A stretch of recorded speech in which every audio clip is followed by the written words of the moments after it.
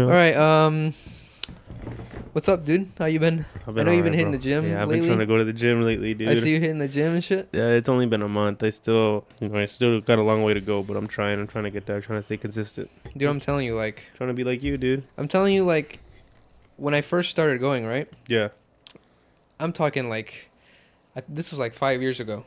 I think we were. I think I was just out of high school. I think I just turned 18, That's when everyone started going, honestly. or maybe I was like 17. But No, when you were 18, but when everyone turns 18 is when this. I lagged yeah. it, bro. I'm 3 years behind. Fuck. Yeah, but when I first started going, like I was going to the gym, like kind of like not even like taking it that seriously, but like I wanted to see results, but I wasn't really taking it that seriously. But I was going to the gym, and then like a month later, like I had taken a progress picture before that. Yeah, you were on the progress pictures. Yeah, so I took Anthony, my friend Anthony, you know him. Yeah, he's cool. He took a progress picture of me like literally the first day of the gym. First day of the gym. Naked, I see. Yeah, and so like the first day of the gym, we took a progress picture front and back, and then a month later took another progress picture front and back. Okay. And looked at the progress pictures, and I said, and we both, because I looked at him with him, and we were like, "There's no progress." Yeah, that's how I am right now, bro. Wait, how long did you say? A month? But yeah, like a month. Yeah, and I was like, and he was like, "There's no progress, dude." Bro.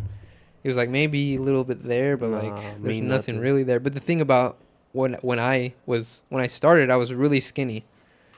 So I'm really fat. I should see progress super quick. Yeah, you should super easily. I should see if you are skinny, and you hit the gym, and you eat good, you eat well, then you will see progress. Okay. Like in a month for sure, you'll see progress. Yeah. But I didn't see progress, and I was like, wow. Were you doing it wrong or what? Yeah, so I wasn't eating enough. Oh, you were because I have such a fast metabolism that I just was not eating nearly enough. So I wish I had your metabolism, bro. Honestly. Yeah, I guess if you had to choose, like, you'd rather have a fast metabolism. But there's ways to boost it, though, right?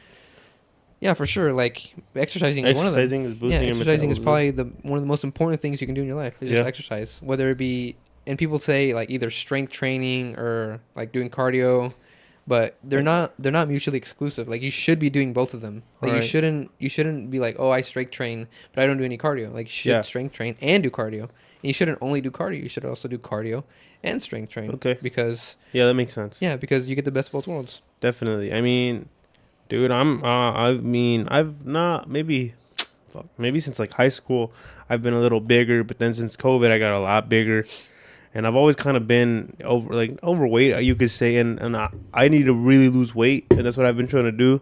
I'm just having a lot of trouble, well, I'm not having trouble going to the gym and staying consistent. It's just timing is off. Like I have a lot less time for everything else right now. Yeah. Especially because the workouts that I'm trying to do, that I'm like, people are putting me on, you and other people are putting me on, they're just so lengthy and extensive, because I got to work every part of every muscle, because all my muscles are untrained.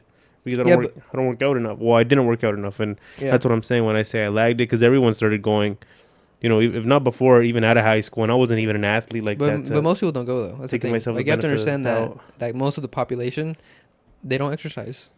I mean, to be honest with you, it's easy to get discouraged for me sometimes, since I'm so new and I'm not seeing a lot of progress. But I'll be honest, I definitely feel a lot better of myself, just because it makes me feel like I'm actually trying, and it makes me feel like I'm actually doing something. Mm-hmm. There were days when I would get home and I'd just be like, dude, I got off at 5. And I'm here and I'm home from 5 till I sleep at like 11 or 12. Yeah. And I'm like, I didn't do anything with the rest of my day. I went to work and whatever, but like that's not satisfying to me, Yeah. And at least now I get a little more satisfaction out of going to the gym. For sure. But, I think within 3 months, if I don't start seeing progress, it's going to really suck for me. I think you told me to take progress pictures, but I need to take progress. You need, like, this isn't even like this shouldn't even be like, oh, I don't want to see myself. Like, this should be like, it should be something that you want to see when you get to the point where you're at. Because if you don't take a progress picture now, and a year down the road, you look great and you don't have a progress picture, you're gonna have some regret. You think so? For sure. If I didn't have my progress pictures, I was like, dang, I cannot believe I didn't take any progress pictures. Like, I would have wanted to see how I looked.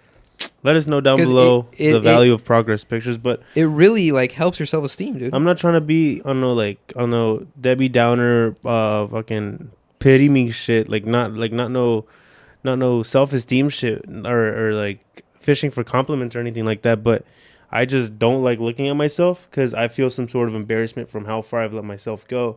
Because I will admit, like, obviously, it's a lot easier to gain fat than to lose fat, but I didn't get like this overnight, you know? Mm-hmm. And I'm sure most of the, like, well, not most of the people, but anyone that's watching that's overweight, you know, you didn't get like that overnight. Mm-hmm. It took a lot of years of not taking care of yourself, and that's what it is for me. It was a lot of years of just not taking care of myself the way I should have, not working out. I mean, you know, if I started doing this a long, long time ago, I wouldn't be feeling the way I'm feeling right now.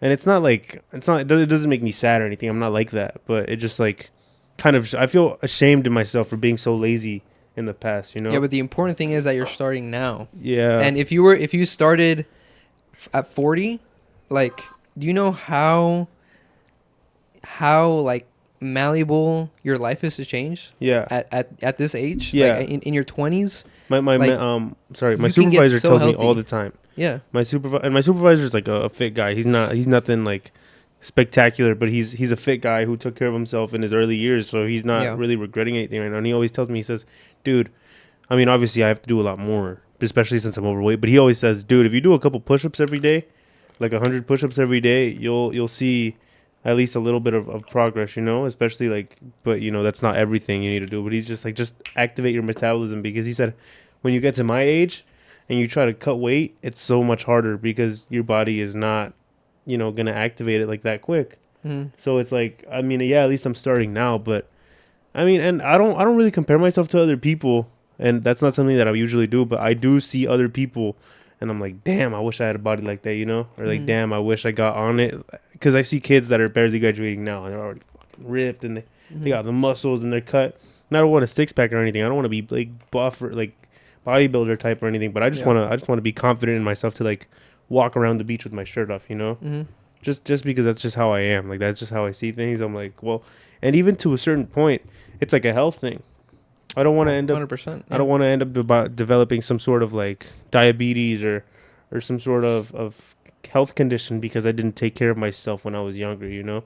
So, I mean, it might be a little late, but I mean, no better time than the present, right? So if you take the top 2% of people, of the top 2% of the fittest people versus the bottom 25%, you see like a 400% increase in all-cause mortality across the board. So all-cause mortality, 400% of the people under that are 25%, that are in the 25% and under. Of what? Of health? Yeah, of health, like of fitness. So the people that are in the 25%. Like overweight and stuff? Yeah, so those people have a 400% increase in all-cause mortality than the people at the top 2%. That's crazy. If you were to exercise 90 minutes a day, 90 minutes a week, that would lower the like all-cause mortality by like 15%. Just 50%. That's 30 minutes in 3 days. Okay, well what is that though? What is that insane. Like what do you mean by working out? Because that's another thing that I'm still trying to learn. If I'm not sore, I don't think I'm doing it right. Okay, like, and I want to be sore because I want to see progress and I want to feel like I'm building muscle, but it's hard because usually I go by myself or with someone that's not really that good of a teacher. Mm-hmm. And at the end of the day, no one's going to tell me what my limit is, except like, not that like I'm not going to let anyone tell me, but no one is going to know except for me, you know. Only I can know if I'm really pushing myself. Mm-hmm. And sometimes when I'm at the gym, I feel like I am, but then I get home and I'm like, damn, I didn't really push myself today, you know. Well, it just all depends. Because really. I'm not sore. Like, I want to feel it, you know? Yeah, you don't need to be sore. If you're sore, then it could mean that you had a good workout. It could mean that, you know, you had high intensity. But that doesn't necessarily mean that if you don't get sore, that doesn't necessarily mean that you didn't work the muscle out. That you didn't rip the muscle. You didn't rip the fibers of the muscle. I'm hearing that a lot, but I mean, So you have to understand, like, don't get upset or. I've only been going a month, but I really want to make sure that I'm doing things right because I want to see. I'm a very impatient guy. I'll admit that I'm very impatient. That's why in the past when I've gone to the gym, I mean, as ridiculous as it may sound, I've only when I've gone consistently prior, it's only been for 2 weeks, 3 weeks, you know, at a time. It's never been like a consistent on a monthly basis, on a daily basis. And I just started doing that now, and I'm planning on sticking to it. Like, yeah.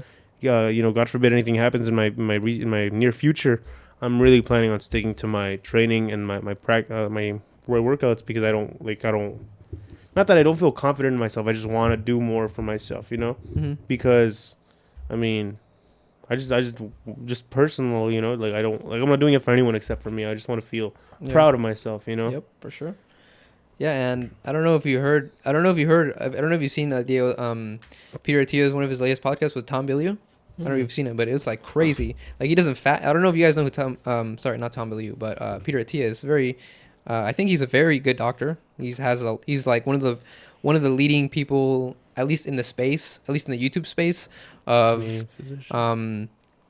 telling you how you can live longer, explaining the benefits of protein, the benefits of exercise specifically, and he said that, according to Dr. Peter Attia, he said that the VO2 max test is the number one indicator, the number one metric we have of estimating a person's lifespan. My dad's reading this book. The right VO2 now. Max. Do you know what the VO2 max is, Dio?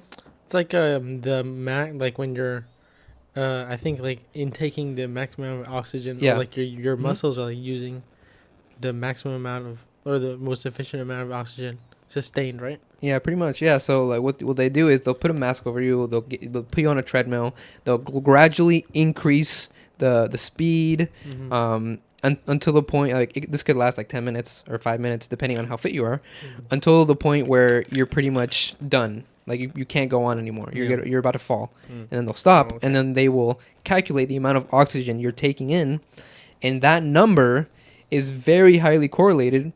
According to Peter Attia, that number is the best metric we have of associating somebody's lifespan, whether it's going to be a long lifespan or a short lifespan. So those people, and by the way, that is cardiovascular respiratory fitness. Yeah. So that's cardio endurance, right? And apparently that is the number one metric we have of knowing or estimating a person's lifespan. How can I get my hands on one of those? One of those VO2 max tests? Yeah. You'd have to go to a lab and have them do it. I don't think you need to worry about it though, honestly. I don't. Right now, you don't really need to worry about it. Is that for older people or what? No, it's just for like if you're really, into like if you're really into it. I really well. I mean, actually, no, because you're not your max potential, and you can only get better from here. I'm far from it. Yeah, so there's no need to test it right now because you're only gonna get better. So it's changeable. Yeah, of course. So you can increase your lifespan. Yeah, of course. 100%. Especially at your age. I mean, we're in our 20s.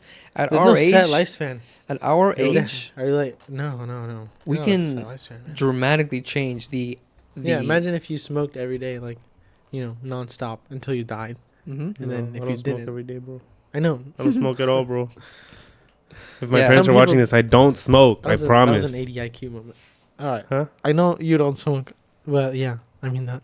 Yeah. He also talks about the importance of strength training, because strength training, being strong and having muscle mass, is correlated with preventing diseases like Alzheimer's, preventing diseases like dementia.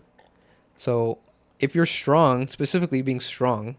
How do you know? Sorry to cut you off. Or finish. I was just saying that specifically being strong, not only that, but it's also like, imagine you being strong as you age. Yeah.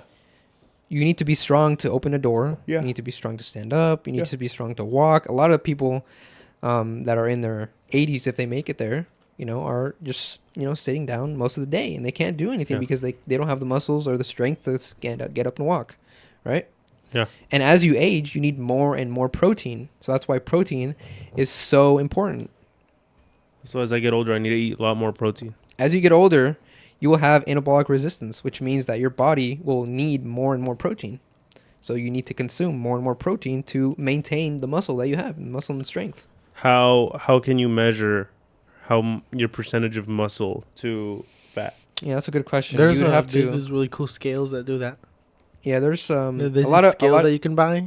That it's like an electromagnet or something. I don't know. Yeah, you were telling me yesterday that like the military does a BMI, and then they equal that. They equal that to like body fat percentage. Yeah, to body fat percentage. That's so bad. Yeah. So and the body and the way they do it too is like they just they take your weight and then your height and then that's it. Because I hear a lot of people say there's percent lean and this percent fat, but how do you really measure that? How do you really? I think the you best have way to go is to a lab and they'll do it for you. They'll give you the exact measurements. And they can do like a super professional thing. Like, it's very complicated. I've never done one, so I'm not really exactly too sure about it. But, like I was saying though, like you can be you can be labeled as obese and be perfectly healthy. How? Like, for example, sumo wrestlers could, on its face, hypothetically speaking, they could be perfectly healthy. Why? They could be healthy because sumo wrestlers, to do what they need to do, they need to be strong. Yeah. They probably have a pretty good metabolic health because, I mean, they're wrestling. I mean, wrestling takes a lot of cardiovascular health, cardiovascular fitness. So as long as those sumo wrestlers don't have visceral fat, which is the fat around their organs, inside the muscle, as long as they don't have that, and as long as they're not insulin resistant or metabolically unhealthy, which I don't think they are, the fat around them is just fat out. It's the subcutaneous fat. Visceral fat, no? No, that's the bad one. Inside that's here. the fat that's around your organs and stuff. Yeah. But the subcutaneous fat is just like fat that's outside your body. And I'm not saying like they would probably be healthier if they lost the fat, because then their body wouldn't have to work as hard to carry them around, right? Yeah. But in theory, they could be healthy. Yeah. Another example would be like a person my height. I could be maybe 175. I'm not. But if I was 175, 180, I would be labeled. If I was 175, 180, but had a lot of muscle, a lot of strength, not a lot of fat, I would be labeled as obese. Really? Yeah, because of my weight and height, according to the BMI measurement. They just associate it to weight. They don't attribute anything else to. You have to attribute body composition, which is how much fat you have, how much muscle you have, if you're metabolically healthy, if you're insulin resistant. You need to be scanned for that though. Like that takes a little bit further research, no? Yeah. To know really how much fat you have. I mean, you'll know if you're healthy. There's these scales you could buy for like $100 that tell you your body fat, your muscle mass, bone mass, body water, everything. Pretty cool. How important is bone mass compared to muscle mass? I mean, I don't know. I think if you have bigger bones, like I think some people do have like slightly thick, and that's not. I'm not saying like because you have bigger bones you're fatter. It's not why.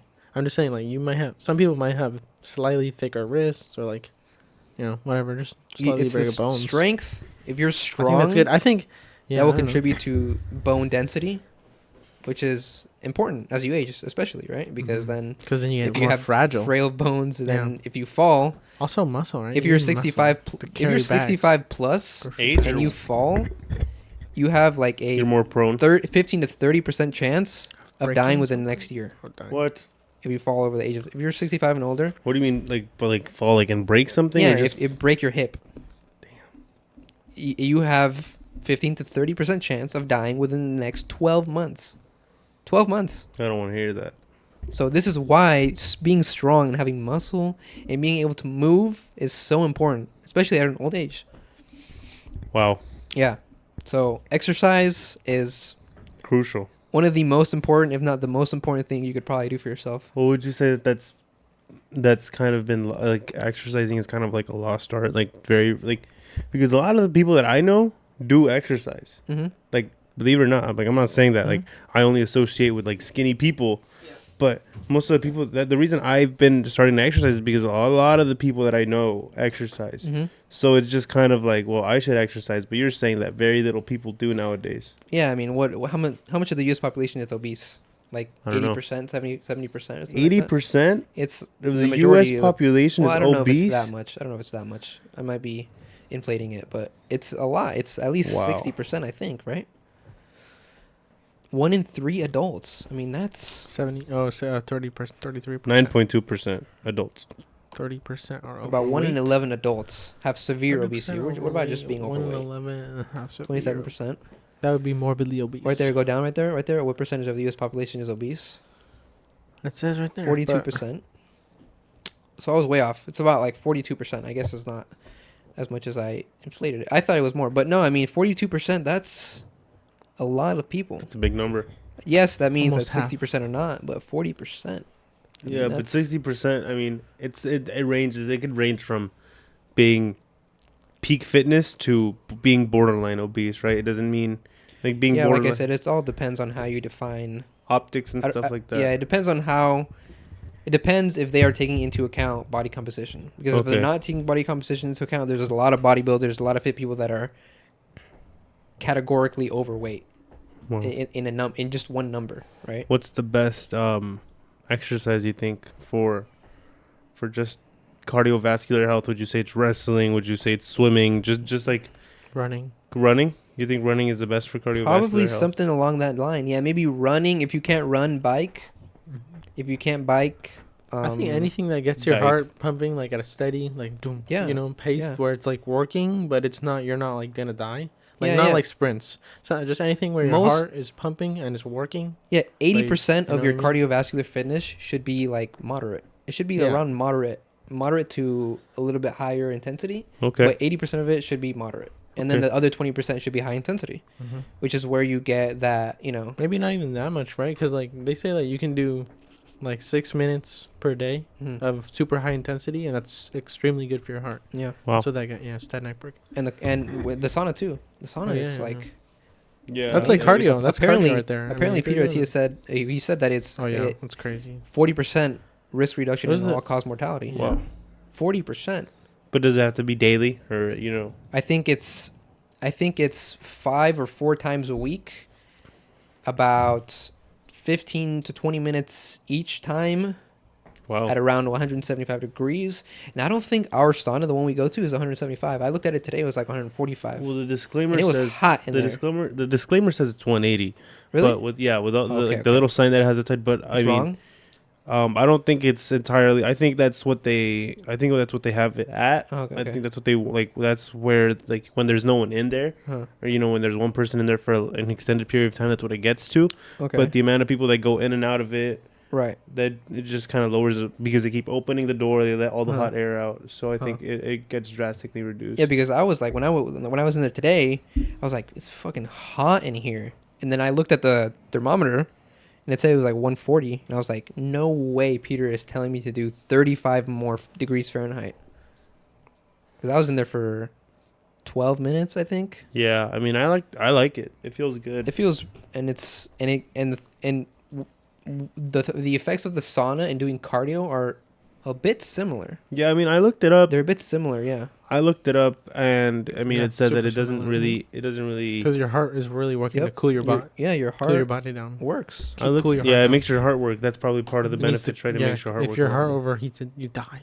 Yep. So it's freaking pumping. That's why you circulate water and stuff. Don't you feel so relaxed when you get out of the sauna? Yeah, when I get. Like you could if you got out of the sauna, took a shower, like I bet you could fall asleep pretty easily. I feel like damn, I lost my train of thought. That's how I feel when I get out of the shower. You were saying that you looked it up. I looked it up, and it doesn't have, according to my Google search, it said it doesn't really have any kind of fat loss. Mm-hmm. But I have it says it's mostly water weight, but with the sweat. But I have my fingers crossed that there's some calorie burn in there as well as I would assume a tiny bit from your heart, some kind of metabolism boost, Yeah, I would assume there's a little bit of. I would hope so, just because of the amount of time I've been spending in there. I would just, it's not my substitute for cardio, just for time reasons. What it's really good for though cardio is for this. I'm saying 40% low risk of all cause.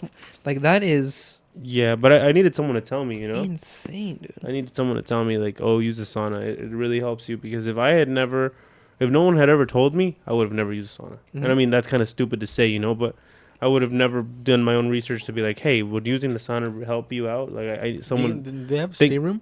Huh? Do they have a steam room? No. That'd be good. But I heard that the dry sauna is better than wet. Yeah, thankfully someone told me, I think the wet sauna is better for your lungs. Get in the sauna, but apparently we don't have enough data on it. For your lungs, you said? Have been shown to. Because I have asthma. It says right here, steam rooms have been shown to improve respiratory function and promote relaxation. Steam rooms. They're colder than the sauna. 110 to 115 degrees Fahrenheit.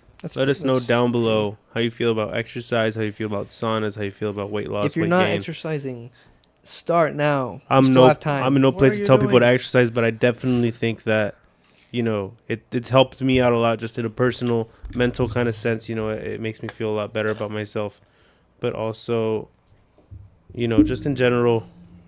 I mean, I needed to get pushed to exercise, and I'm sure a lot of people need to get pushed to exercise.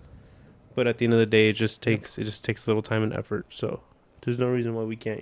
That's what I told myself. There's no reason why I can't or why I shouldn't. Mm-hmm. It's all really, you just need to be consistent with it, bro. Yeah, definitely. You need to be consistent, and you need to train you know, with a good amount of intensity, you know, and you're going to get there. I hope you're going to get there. I look forward to it. I look forward to maybe taking progress pictures. I don't know. You need to take progress pictures. I'm telling you, dude. Dude, that's hard. I'm telling you. It's hard for someone like me. Even if nobody sees them, dude, just have them for yourself. I'm not going to show anybody. That's for sure, dude. Don't show anybody. But when you get to where you want to be, you're going to be so proud. I don't know where you're going to be so proud. You're going to be like, look where I was. Not look where I am now. I just want to lose this fucking belly, dude. Yeah. I've had this belly for so long, and it's only gotten bigger, and I think it feels like it's my friend, but I don't like it at all, dude. Mm-hmm. I want to get rid of it. I want to kick it out of my house. Remember, you need to get the diet right, because the diet is very important as well. I'm trying. I just have no discipline when it comes to eating, dude. I don't know where it stems from. But you don't need to. You don't need to cut out anything, Jahir. Just so you know. What do you mean I don't need to cut out anything? You just need to watch my food. You don't need to cut out any food. You can just eat whatever you want, but just not as much. Dude, no. Watch your quantity. Just eat the right things to make it easier, though. I'm no longer going to eat cake. If you were a machine... Cake is my favorite thing in the world. Yeah. Brownies are my favorite thing. My sister's making brownies as we speak. We're just saying at home, but I'm no longer ever eating brownies in the further... No, I'm not for the rest of my life. If you're an absolute machine, you could just eat whatever you want. Listen to me, Listen to me. I'll listen to you, dude. I eat pretty much whatever I want. Pretty much I eat whatever I want. Usually whenever I want. I try to stay a little bit healthier on the weekdays, and I kind of indulge on the weekends. But I mean, I eat pretty much whatever we have for dinner. I'm gonna eat that for dinner. Whatever. If it's pasta, I will eat pasta. But listen, you have stuck to a very serious workout regimen, like you said, for the last maybe not the 5 years, but for the last 3 years at least, right? 100%. And your metabolism, and I'm not trying to compare. I'm not trying to feel sorry for myself, and I'm not trying to say you're luckier than I am, but your metabolism is a lot more. 100%. Yeah, it comes. Genes play a big role. So genes play a big role. Genes do play a big role. You know, but that's no reason to do less than you. If in fact, if anything, I should be doing more than you, right? Mm. Maybe not more than you, but you know, just pushing myself harder because I need to push that. But it's hard, man. I mean, I've grown up with zero discipline when it comes to food, and that's no one's fault but mine. Like I said, I didn't get this belly overnight. This took a lot of not hard work. So at the end of the day, I'm not trying to watch what I eat in terms of like cutting things out completely, but I'm definitely trying to watch out for unnecessary calories. I'm trying to eat at a caloric deficit just because I think that maybe what you eat isn't everything, but I think diet definitely plays a big role in weight loss, which is what I'm trying to do. Yeah. Especially also weight gain. You want to eat more of certain things when you're trying to gain weight, right? Yeah, when you're trying to gain weight, it's kind of hard. Because for me, I had a fortunate way that I gained my weight. How was that? I was pretty fortunate in the fact that I don't gain weight very easily. You were fortunate? I think that's a good thing, right? That's a great thing that you don't gain weight very easily. Yeah. I mean, so what I had to do, and I'm sure I could have done this the other way, or maybe I was just lazy at the time, but what I did was I just ate a bunch of pizza, hamburgers. Dude. I ate a lot of sounds like desserts. heaven, bro. I would do that every day if I could. But I worked out every single day. All right, never mind, dude. I put in high intensity workouts, and that allowed me to keep building muscle while gaining weight. Yes, I probably gained a little bit of fat as well. But it's all part of the plan. What is a high intensity workout? Is what we did yesterday considered high intensity? Pretty high intensity, yeah. It was like what? The only thing we missed was a little bit of walking, but yeah. 3 sets or 3 sets of 3 exercises for each muscle. 3 sets of 4 exercises is what I do. So I stick with like if I do chest for a muscle, right? Per muscle group. So if I do chest, I'm doing 12 sets of chest. Oh yeah, 12 sets. If I do arms, you probably want it to be as the same 12 sets of arms. I want big arms, bro. Yeah. Not huge arms. Legs, same thing. Ideally you want to work everything out, right? Yeah, 2 times a week. Of course. Yeah, which is a little bit of my problem. Because I only work out legs once a week usually, but I try to do more sets in my one workout for legs because I know that I'm only going to hit it once a week. Yeah. I know a lot of people are going to think you probably shouldn't do that. I know I shouldn't. I know I should be hitting them 2 times a week, but you know, I don't know. Whatever. Even that one UFC fighter doesn't have big legs. I don't think you need huge legs. Dude, but how hard do you? I mean. UFC fighters, have you seen how hard they kick, bro? Yeah, but what's that one guy, the black guy? Adesanya? With the tiny calves. Dude, I always what the hell? John Jones. I don't know. No. John Jones. Yeah, John Jones. Have you seen his calves? I've always had this really ignorant, like, look, I mean, obviously it's stupid. He's here, brother. Dope. Guys, we have a guest coming in today. Very exciting guest. He'll be here in just a second, and we are very excited for it. Look. But yeah, dude, I've always, look at his legs. This is going to sound... Look at his legs and look at his torso. This is going to sound really... Wait, look at his torso, dude. This is going to sound really, really stupid, but... Since I found out about MMA, does not hit leg day. Before I really started watching MMA, I severely underestimated. That's fantastic. What their physical condition and how hard they can really hit you. Mm-hmm. Like they're in peak physical shape, and a kick from them would probably break my leg. Not break it, but it would knock you down. It would hurt me. Go down. It would hurt me a lot. At least bruise me. It'd sweep you. Yeah, you'd fall down to the ground. That's crazy to me. Unless you to do that with one move, people that can do that with one move, that's insane, bro. But yeah, I mean, that's good. We got an MMA fight coming this weekend. I think I could do that to you. Aljo, yeah, you could probably whoop my ass and. No, I think I could kick you hard in the leg. Yeah, yeah. I think you could kick me hard in the leg. Aljamain Sterling against Sugar Sean O'Malley this weekend. I love Sugar Sean O'Malley. He's really cool. Yeah, he's a funny guy. Are you gonna root for him or? I think he's one of my favorites, but I honestly, if I were a betting man, I would bet on Aljamain. Mm-hmm. Nothing against Sugar Sean. I just. And I'm not trying to underestimate. It's a really even card, but I just feel like Aljamain might edge it. But who knows? I'm not betting, so I'm not at a loss if Sean O'Malley wins. I like them both. They're both really really cool guys. I really admire either one of them because I mean, have you seen how some of MMA fighters not treat their bodies, but how hard they work for a fight? Like some of them have to lose like 30 pounds. Yeah. Like to just gain, maybe not 30, maybe that's extreme. I don't know how much. That's a lot of weight that they have. Maybe, yeah. Is that healthy? To gain and lose weight just like that on a whim? No, you don't think so? How can that be healthy? I don't know. I'm pretty sure they say. I'm pretty sure I've heard Joe Rogan or somebody say. You said you don't think it's healthy? I don't think so. I think it's probably super stressful for your body. For your body, right? To just change weight, to change, especially for your heart, because your heart would have to work a little harder if you're a little bigger. For sure, yeah. And I don't know. Can weight recklessly cause your stamina? How do you hinder your fight performance and possibly send you to the emergency room? I guess there's, they obviously do it really well, but yeah, because UFC weight cutting is insane. Yeah, that can't be good. Hormonal imbalance, that's huge. I feel like. Yeah. Just hormones. Period. Yeah. Mhm. Damn, but I'm excited. I'm excited for this fight. I really like MMA just because it's probably like a primal thing, where when our ancestors would watch people kill each other in the coliseums and stuff, just for entertainment, and we watch these guys. Yeah, we watch these guys battle it out. Rating and stuff. Yeah, for sure. You think obviously it wouldn't be humane, but you think that would be a hit nowadays? Just like throwing humans fighting into the Yeah, I think if it was accepted, people would watch it and love it. People would love it for sure. Like they would. These days there would be a lot of protesting. Yo, what's poppin'? How you doing? What's up, dude? Ladies and gentlemen, welcome. Yeah, we're perfect. Yeah, bro. But how you been? I've been good, man. I've been chilling. I've been hustling. What? Yeah. I've seen Patrick a few times since the podcast, right? Yeah. We had dinner, what, once or twice, I think. Lunch. Maybe we went for lunch. We went for lunch.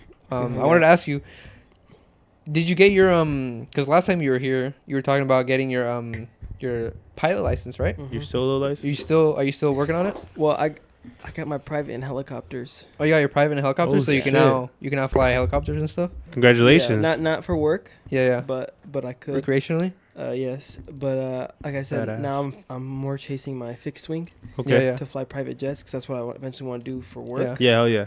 But yeah, that's my next goal, to eventually start that, and I'm going to sign up for the academy at Long Beach Airport. And how long does the academy take? Because I know, I'm pretty sure we talked about that. It's a 9 month. So it's 9 months. Wow. Because it's an accelerated program. So they finish you in 9 months. Yeah. And yeah, you get all your ratings from your private, your instrument, commercial, multi-engine, CFI, and then you can from that point start working as a private jet or commercial airline pilot. Sick. And so it's an accelerated program, 5 days a week and 9 months. Usually that whole process would take most people 2 to 3 years. Damn. Do you wanna like move the mic? Like you wanna just turn it, just like the actual mic. Like this. The other way. Yeah, that way. I think it's better. I'm alright, bro. Or however you feel is best. I'm good. You want a beer, Arian? Oh, I don't drink beer. I don't drink alcohol. Water is fine. Water? Yeah. Yeah, that's yours by the way. That blue one right there is yours. Yeah. Fresh. But yeah, bro, it's been a while since we talked. We had you on the podcast what, like 5 or 6 months ago? Yeah, maybe? I want to say back in like December, was it? It was a while ago, yeah. It was, I think before it was our longest 2023, podcast. Yeah. Yeah. It was it? Was it in 2022? I can't remember, dude. I think it was. Terrible. I think it was like. I think it was. Yeah. I think it was December 2022. Was it before or after? No. I remember when it was. It was in January. Was it? Because I remember it was New Year had already passed and we talked about that. That's what I'm trying to remember. But it was like a week after New Year's, bro. Yeah. Okay. I got it.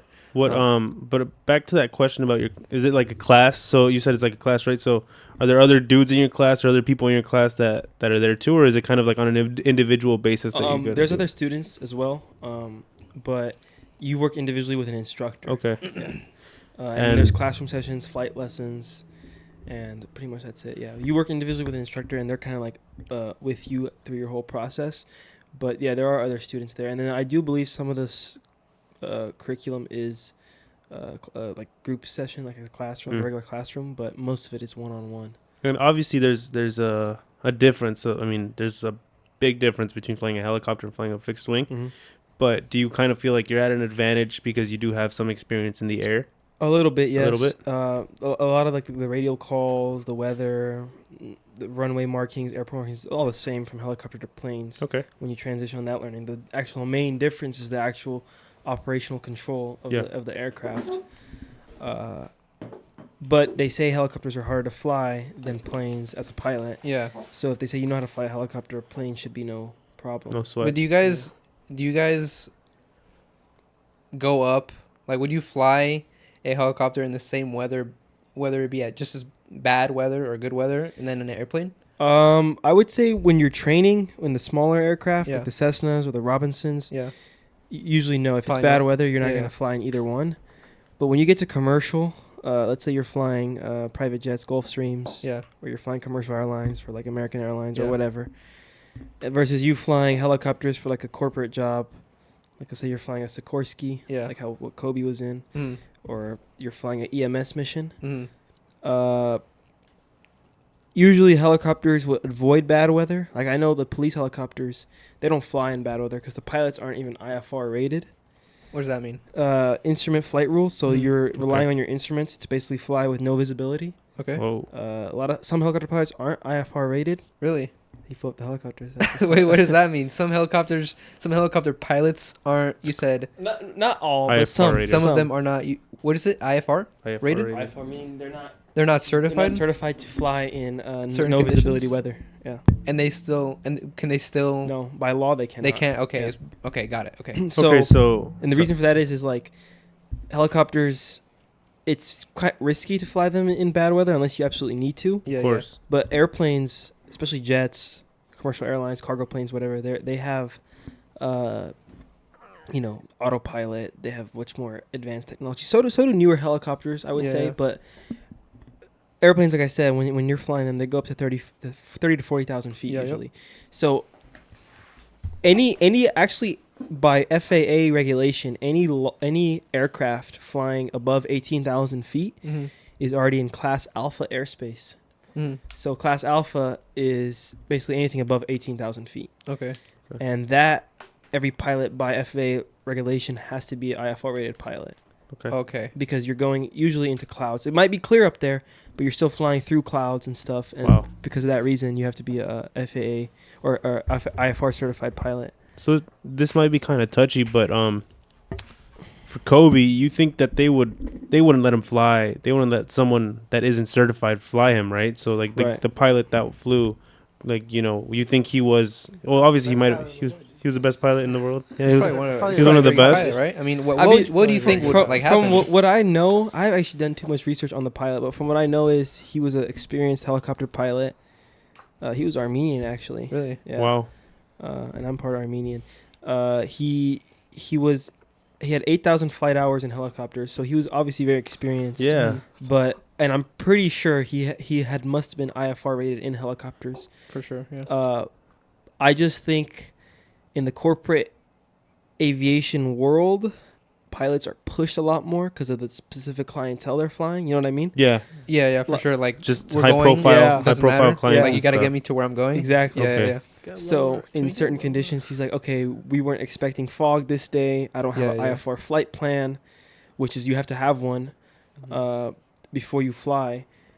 Okay, we're just gonna go kind of risk it. You know what I mean? It's a helicopter flight. It's short. We're not flying, cross country. We're just going from Orange County to, what is it, Calabasas or something. Yeah. Okay, it's cool. Fuck it. Yeah. And that's a risk, That day I remember it wasn't even bad weather.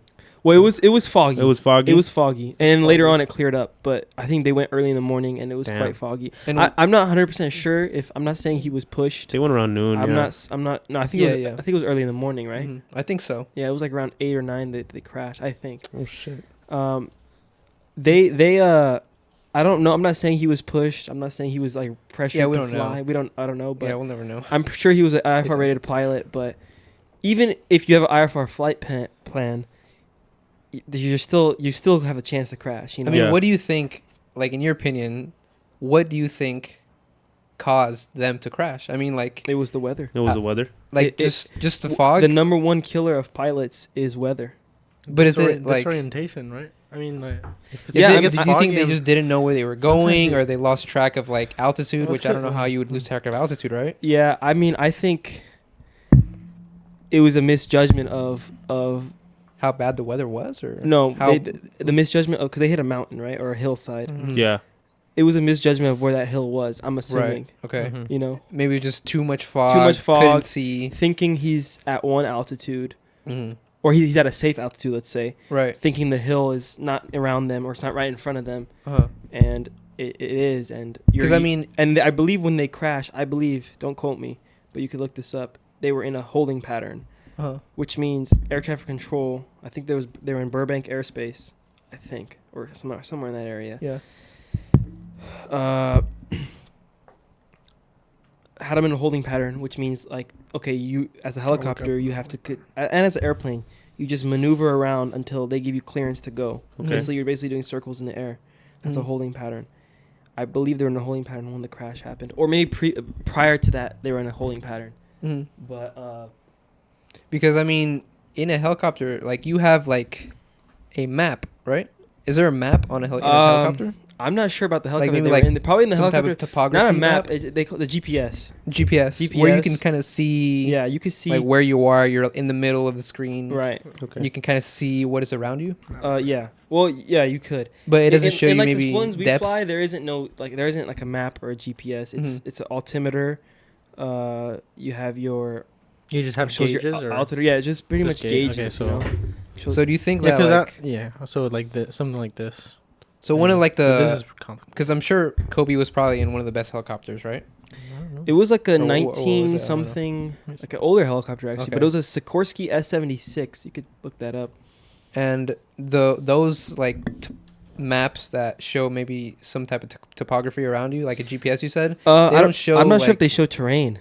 They don't show like depth or anything like that. Like right? No, I don't. I believe like newer advanced ones can show you like okay that there's a mountain at this feet, like 1,000 feet in front of you. Okay. But I don't believe they show you the ones that possibly he was in that showed him. Right. So he might have just thought there's no mountain there because I mean the map doesn't show exactly. So you have a GPS. And in order to fly IFR, your aircraft also has to have autopilot. Okay. I'm pretty sure that helicopter had autopilot, but I don't think the pilot was using it. They have GPS, and they also have this glass display that kind of shows. It's called an attitude indicator. Mm-hmm. What is that? Which basically shows the attitude of the aircraft in relation to the horizon. Okay. Right. Like the pitch and stuff. Right. Which is, I think you can show it in this picture. That same picture, if you go back. It was right here, but yeah. Mm-hmm. Yeah, that. A lot of the modern, pretty much all modern jets and modern helicopters have it as a glass display, not a gauge. That helps a lot too, but like I said, I wasn't in the cockpit. I can't tell you specifically what was going through that pilot's mind. Yeah. But it was just most likely a misjudgment. Wow. Most likely he saw the mountain, said, "Oh shit." Yeah, tried to pull back and just didn't have enough time. I'm assuming that's crazy. Yeah. For you, and it's caused from the weather. Yeah. Because if it was sunny and clear out, he would have seen it. He would have. Yeah, I mean, like you wouldn't have that issue. As an aspiring pilot for you in 2020, how did that? What did you think? You know, did that kind of scare you of getting into the field? I don't think I was aspiring to be a pilot when that happened. You weren't really thinking about it like that yet? I think at that time I was still undecided because that happened before COVID, and I remember I started working in the aviation industry. I started working at the airport during COVID, and that's when I kind of like just got an initial spark of a little interest. I considered being a pilot. Then like a few months later, I was like, I'm fully invested in this. Yeah. No, it didn't change my. Again, I wasn't thinking about becoming a pilot when that happened, but it didn't change my opinion on... Like, I wasn't afraid to go in a helicopter. Okay. I wasn't afraid to go in an airplane. I think mistakes happen. I think you're taking a risk in any type of transportation you take, in a car even. Definitely. Yeah, for sure. You know? Let alone an airplane or a helicopter, which, if you think about it, they're statistically safer than cars. Yeah. You know? But recently, a lot of... small airplane and helicopter crashes have been happening, like quite common. Why is that? I heard there's been like irregular weather occurring. Do you think that could be? I don't know, man. Could be something. I think smaller planes and helicopters are more riskier than the bigger ones, believe it or not, because there's more human involvement, and that can cause more human involvement in the actual controls. In the controls. In the small, in the more like the bigger ones, believe it or not, a lot of autopilot, a lot of safety features on those. Like, you know, it's modern jets. They have a lot of safety features, a lot. Like it's they have like call outs to the pilots, like their terrain warnings, all this type of stuff. You're not gonna have that in a Cessna 172. You know. What about like in a private jet? Yeah. You have like a Gulfstream G650. Yeah. Are those? Would you say those are just as safe as a Boeing 747? Yeah, if not safer. They fly higher, right? They fly higher. They fly well. Those Boeings and those commercial airlines have the ability to fly at those altitudes, 40 to 50,000 feet. But typically, they're not cleared to that. Private jets are cleared to that altitude. Why are those cleared in the? Because it's just how the FAA, just really the worldwide, I guess, aviation community classifies. Okay, at this altitude, we're gonna have commercial jets. At this altitude, private jets. Just they don't, I guess, interfere maybe with each other. Yeah, I believe private jets fly higher because the higher you fly, there's more pressure, right? Yeah. Well, you have less resistance the higher you are, less right? resistance. So, I mean, you're also faster going faster. Faster they fly. And private jets, then they get places quicker. I'm not sure if they had like a thing where like, okay, because they're private, they need to fly higher and faster. But typically private jets are cleared to 40,000 feet, while commercial jets stay to between 30 to 35,000 feet. Yeah. And a lot of people think, oh, wow, that's like I tell people, oh, when I'm flying the Cessnas or the Piper, the single engines, I'm at like 3,000 feet, which is typically what we cruise at, maybe 3,000 to 5,000 feet. Yeah. And they're like, that's so high. I'm like, not really. Not really. Yeah. I mean, it's all relative, right? Yeah. But like, that's like kind of like the minimal. Exactly. Like you go into a commercial aircraft, you're at 38,000 feet, 35 to 38,000 feet. You go in a private jet, you're at 45,000 feet. Yeah. What do you think about this chart right here? It says general aviation, part 135. So these are like accidents and crashes, basically. Okay, so part 121 is airlines. Okay. Part 135 is chartered aircraft.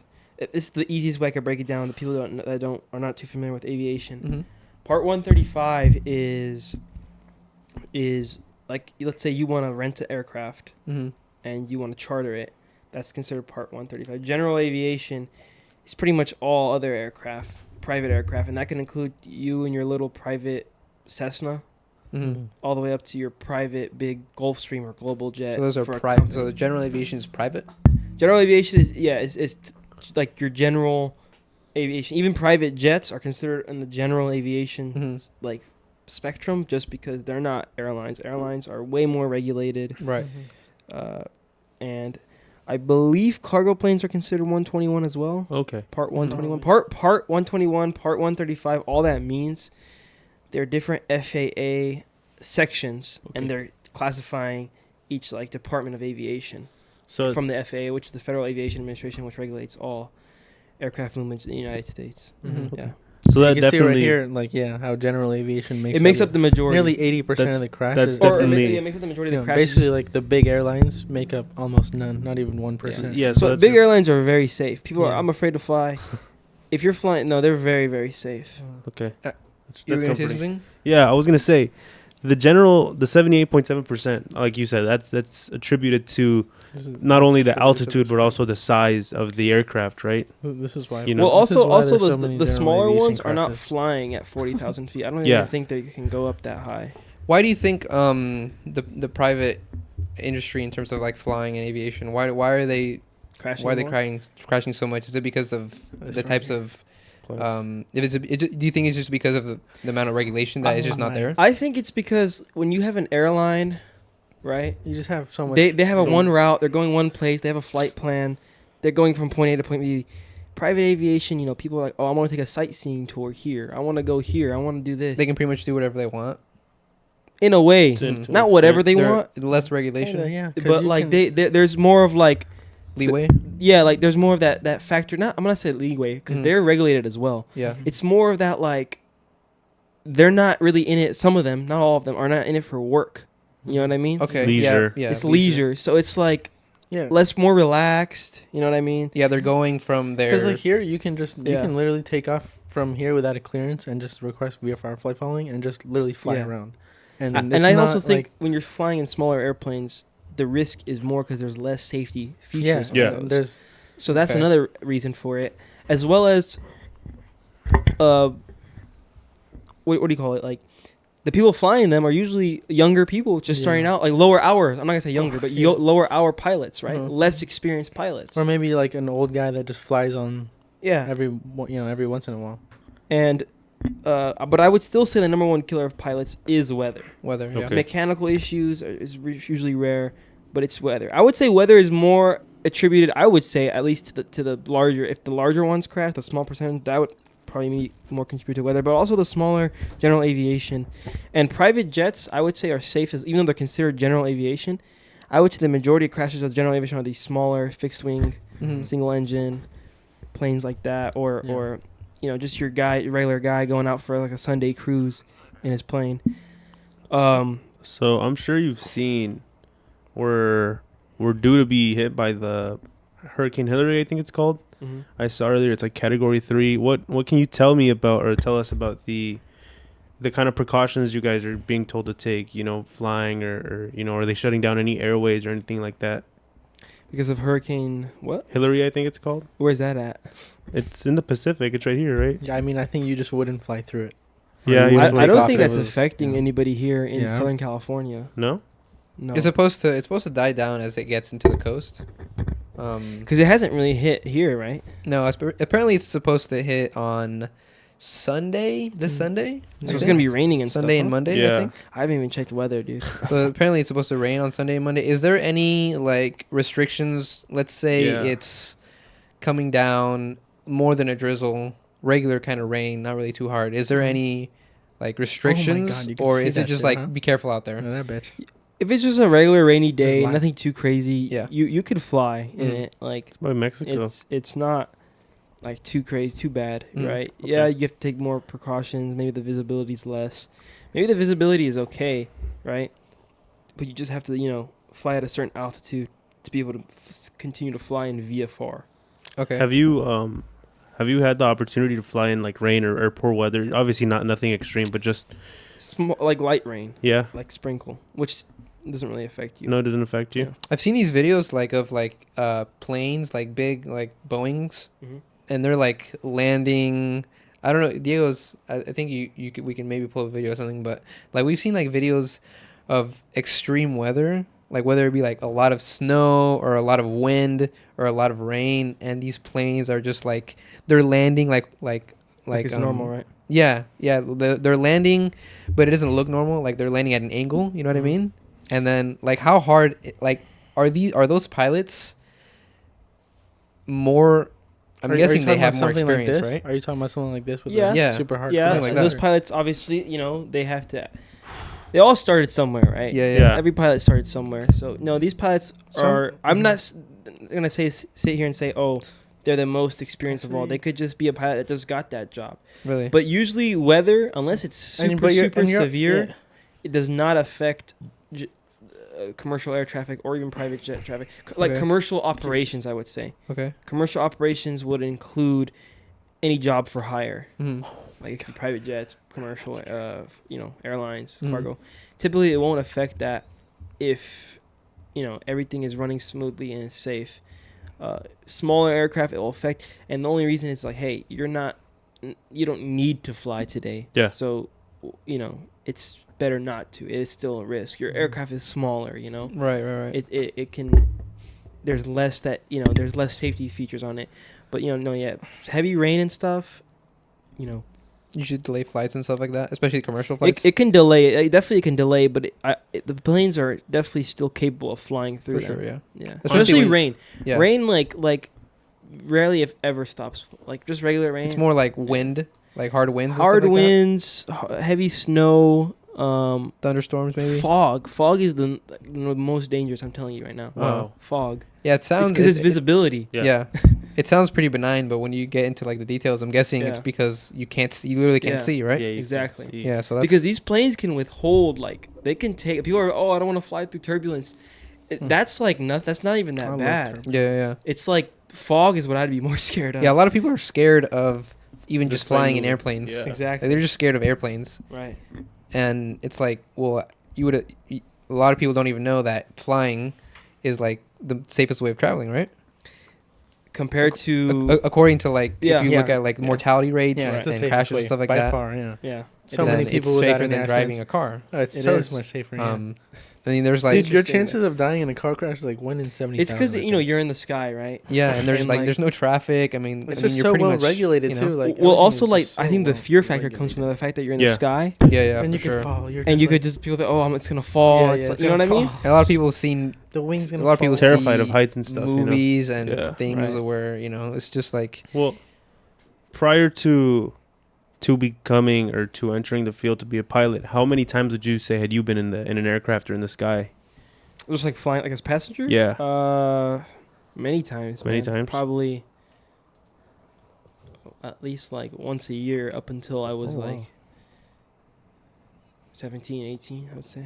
Yeah, because me personally, that I can remember, I've only been in a plane twice. Yeah. I've been in the sky twice. Like I've been to the Middle East, I've been to Iran, I've been to Europe, I've been to a few states. I haven't flown actually me sitting as a passenger in a while. Been busy? What's up? You been busy? Yeah. Talk to us about what you've been doing because I know beyond being a pilot, Yeah, I know like last time, I don't think we talked about this last time, did we? About what you wanted to get into? Like after or at least I'm not sure if it was on your mind when we talked about it in January. I think it was in January because I know that you're now doing something in business, right? Yes. So what do you I know we talked about it a little bit. Yeah. So let's get into it. I've started basically, or I'm involved. I started one and I'm involved in another business that I'm currently doing right now, and that's what kind of held me up before so I couldn't come on time. Sorry about that. You're good, man. But one of them is transportation. Yeah. Specializing in box trucks and cargo vans. Yeah. And the other one, I just recently opened an LLC for it, and we're slowly but surely, making our way to growing that, or start getting revenue from that, and that's a property management, short-term property management. Got it. With Airbnbs and just anything property, specifically short-term rentals, but eventually try to move that into maybe larger properties or long-term rentals or commercial properties. And I think I talked to Patrick about that when we had lunch. Yeah. So for the you said the cargo cargo trucks, right? Yeah, cargo vans and box trucks. Yeah, cargo vans and box trucks. Those are gonna be rentals, right? Yeah, we're gonna start out by renting them, and then when we build our business credit, my partner and I would like to buy our own trucks. My position in that company is I'm not an actual owner of the LLC or the business. Mm-hmm. I just have a percentage in one of the trucks, just like a kind of like a partner in one of the trucks. Okay. But I've helped him kind of start and grow that, so he's been generous with me, almost like saying, "Oh, even though you're not on paper my co-owner of the business, I consider you like that." Nice. And yeah, I mean, we were going to get the rental truck today from Penske. There's a bunch of stuff you have to deal with, insurance, and it's not easy. A lot of people think it's super easy, and I'll tell you right now, like, everyone wants to start a business. Everyone wants to be that guy, be that boss. Yeah, hell yeah. But when it comes down to actually putting the steps in it, some people don't even start. And when they do, when they realize how hard it actually is, a lot of the BS you have to go through, they're not willing to go through it, Yeah, that's why most people... A lot of people, a common misconception, I feel like people think that being a boss equals doing less work, when in reality you're working harder than everyone else. Yeah. I feel like. Especially in the beginning. Yeah, exactly. Yeah, people don't see the steps that it takes to be a boss. People just see kind of successful people, and they're like, they see the results. Yeah, they didn't do shit to get that. They don't see the process. Yeah, exactly. Nobody does. Especially when you're self-employed. When you're not a W-2 worker and you're self-employed, like, the burden on the person that's self-employed is just so much higher than the person that is employed by an actual, company or corporation. Because now you're thinking, how am I going to make money? Yeah, exactly. Like, how am I going to make... I need to make an income. And in the beginning, I'm telling you right now, a lot of business owners, they don't make anything for themselves. Yeah, exactly. They make enough to get expenses covered. And they might be making less than what they had at their job, bro. Yep. Mm-hmm. And people are like, what the heck? You're a business owner. I'm an entrepreneur.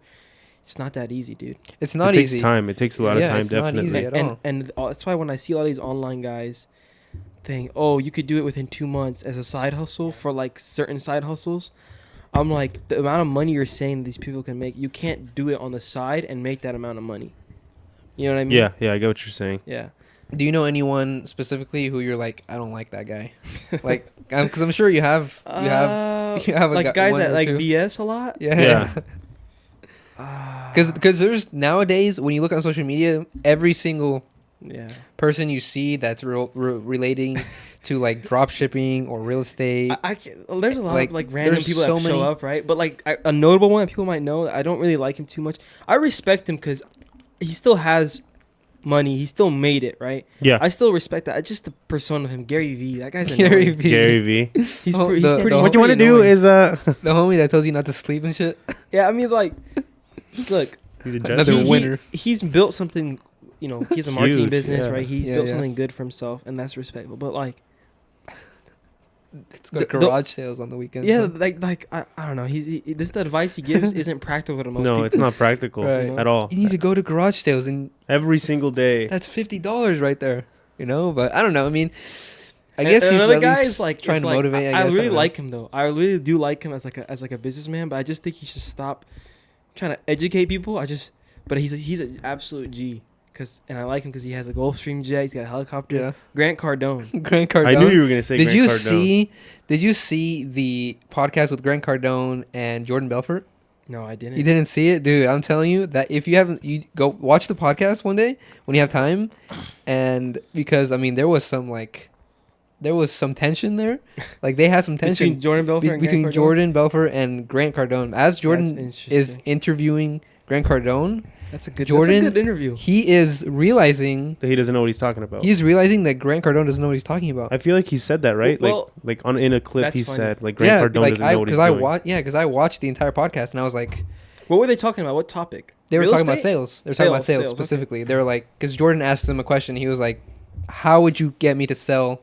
Like how, I forgot what the question is, but it was something along the lines of like, how would you sell me something? Like how would you sell me this pen or something like that? That's what he always says. And Grant Cardone, I don't remember what the actual situation was, but Grant Cardone pretty much said that's a stupid situation or something like that, something along those lines. It's not practical. Yeah, he's like, that's stupid. Like, why would I push it aside? And Jordan's like, what are you talking about? Like, this is exactly what sales is. Right. And Grant was like, I don't want to talk about that. Wow. So Jordan Belfort's like sitting there like, what are you talking about? Like, I know what I'm talking. Like Jordan Belfort clearly knows. Yeah. Like he's seen a lot of stuff. Yeah, I mean he's Jordan Belfort is the Wolf of Wall Street. He's the real Wolf of Wall Street. If people don't know who he is. For those who don't know. I have a lot of respect for him. Yeah. But like I was saying, like it was so weird because it felt like Grant Cardone was just like, it just felt like he didn't know what he was talking about. It just felt like he was, I don't know. It just felt like he was a fraud, kind of. Yeah, it's a big word, but that's what it felt like in the video. And Jordan was calling him out on it. And you need to watch it, yeah. I'll watch it. I mean, you really see the difference there, right? Like in that interview between the two dudes, you're like, oh wow, people that see Grant Cardone, this guy's and he's a super successful individual, and he's made a huge name for himself. But then you put him against Jordan Belfort, and then you're like, the difference between these guys is massive. Well, I think if I'm not saying, Grant Cardone might be richer than him, like money wise. Here's the thing about Grant Cardone, like. The guy is made it in life. Yeah. Let's not deny that. Like, no. I respect what he has accomplished himself with all the real estate he has. I can't speak on this specific video with Jordan Belfort, but the stuff I've seen from him, and I follow him on Instagram, where he's like, hey, I just bought this $100 million apartment complex with like 20, 30 units in Miami, Florida, right on Brickell. On the beach or whatever it is. I'm going to show you how to do it. I'm going to show you how to get the funding. I'm going to show you how to do this. And any old person sitting in their basement could do it. I'm like, come on, dude. That's insane. That's so not true. Yeah. $100 million apartment. So anyone had to do it. Yeah, anyone can get access to $100 million. He's like, I'm going to show you how to find the investors. I'm going to show you don't need this. You don't need no credit. I'm like, come on, bro. Stop BSing people. Yeah. You don't need credit. You don't need money. I'll show you how to do it with no money. Yeah. $100 million apartment building? What are you gonna do? Find like 1,000 investors? Yeah. Invest in me because I'm some random guy, and I want to buy $100 million property in Miami and rent it out. Believe me, it's gonna work. That's ridiculous. Come on, dude. Yeah. Nowadays, there's so many. I wouldn't buy that course because first of all, I'm like, dude, I'm not even making $100,000 a year. Who's gonna approve me for $100 million to buy an apartment? So that's what he's doing. He's trying to sell a course. He's trying to sell a course. That's what everybody's trying to do nowadays. You know how many drop shippers are trying to sell their course? And they don't care if... Here's the thing about these guys trying to sell you a course. They don't care if you make it or not. No, they just pocket everything. They pocket your money. They don't care if you're broke. They don't give a shit. This is the thing. Like, I used to like see a lot of them, and I never bought a course. But it would be intriguing, right? It would be like, oh, damn, that's so cool. Especially if a guy has a big following. Right, exactly. And then you buy it, and then you realize you just get all of it from YouTube. Exactly. Yeah, it's just the same thing he's been saying over and over again. And my thing, that's a very cool video, a Gulfstream G600. But you buy it or you don't buy it, and if you do more research on it, you're like, at the end of the day, this guy doesn't care whether I make it or not. No. My number one advice to people is whatever you want to do as much research as you can on it for free. If you do want to get a quote-unquote mentor, because everyone says you have to get a mentor, I'd say go meet someone in person.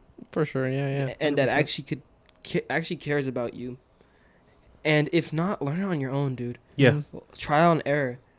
That's the number one thing. There is nobody that's going to show you how to do it, and you can't copy them.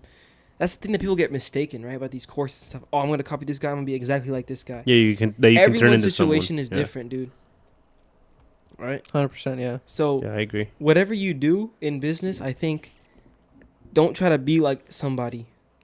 You could do the same industry, but go learn about it, man. Everyone's do different. As much research about it, and then I would implement it. And if it takes a long time, bro, it's okay because that's how businesses are, man. No one does this overnight, man. Go ahead, bro. A lot of people that say they do it overnight, they're capping. Yeah, they're fucking capping. Yeah. But nowadays, there's some people that have made millions overnight. Literally, now with cryptocurrency, I mean, there's some people that have become millionaires overnight. Yeah, but do they actually know? Now that's luck. Yeah, obviously. It's like winning the lottery. But yeah, exactly. It's like winning the lottery. It's luck, but they're just there at the right time, right moment. They bought the right coin at the right time, and they sold it at the right moment. I think the people that had those crypto pumps and stuff, yeah, like you said, it's like winning the lottery. They're not.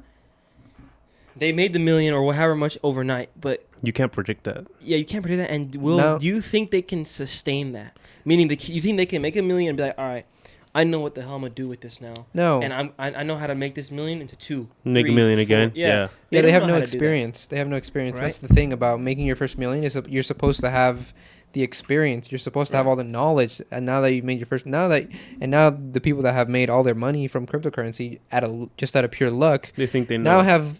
Now they have no experience. They've just completely stepped over the experience and the hard part and just got to the money. Now they have no idea what to do with it. Right. Yep. Because they have no knowledge of it. They have no knowledge of how money works. I mean, I was just talking to Diego about this the other day. You could go to the library and you could look online and you could find 1 million articles about something that you want to become. And I'm not saying no one should go to school, but, school would teach you maybe school would teach you a little more, but almost about the same thing. But what comes with school is a certification, right?